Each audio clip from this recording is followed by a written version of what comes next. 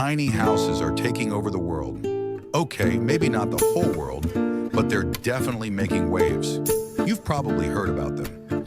These small, compact homes, usually between 100 to 400 square feet, are popping up everywhere, from quiet countryside plots to the middle of busy cities. And they're more than just a trend. Tiny houses are challenging how we think about space, lifestyle, and what really matters in a home. Think about it. When was the last time you used every room in your house? The guest room? The formal dining area? Yeah, me neither. Enter the tiny house movement. People are realizing that bigger doesn't always mean better, and sometimes less really is more. Chapter 1. The humble beginnings of tiny houses. So how did this whole tiny house thing start? Was there a secret council of tiny house enthusiasts plotting to shrink everyone's homes? Well, no, but the idea behind tiny houses isn't exactly new. Throughout history, humans lived in small, simple structures, cabins, huts, you name it. The modern tiny house movement began to gain real traction in the early 2000s, when people started questioning the wisdom of living in large homes with high costs.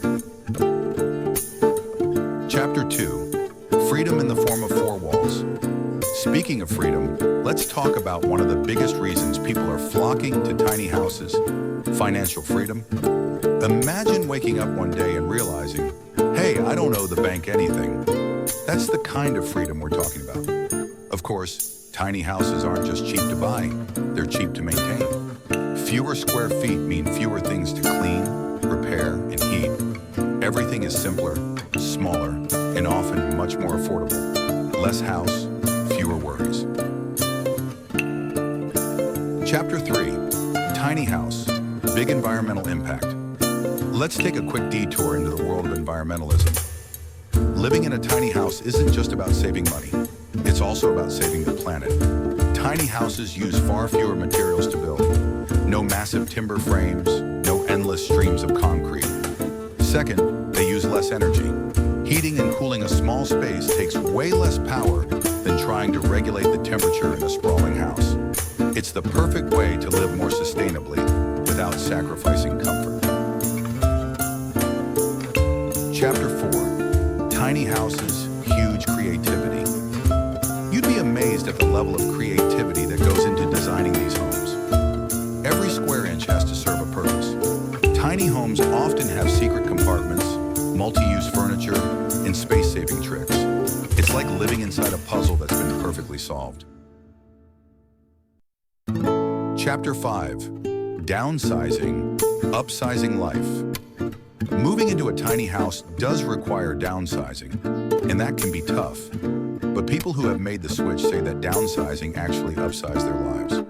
People tend to focus on what truly matters. Instead of buying more things, they invest in experiences, relationships, and hobbies. Chapter 6.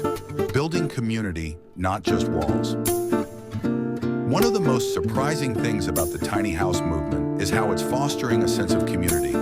In these neighborhoods, people share resources and work together to maintain a sustainable, close-knit environment. Chapter 7. The challenges of going tiny.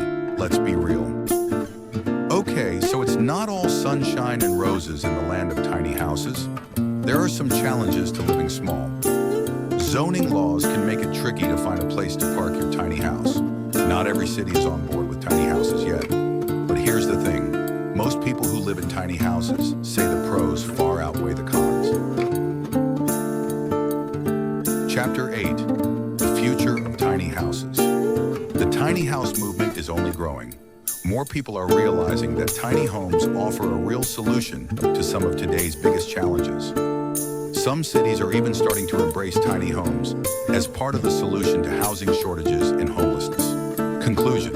Could you go tiny? Tiny houses may be small, but they're opening up a world of possibilities for people everywhere.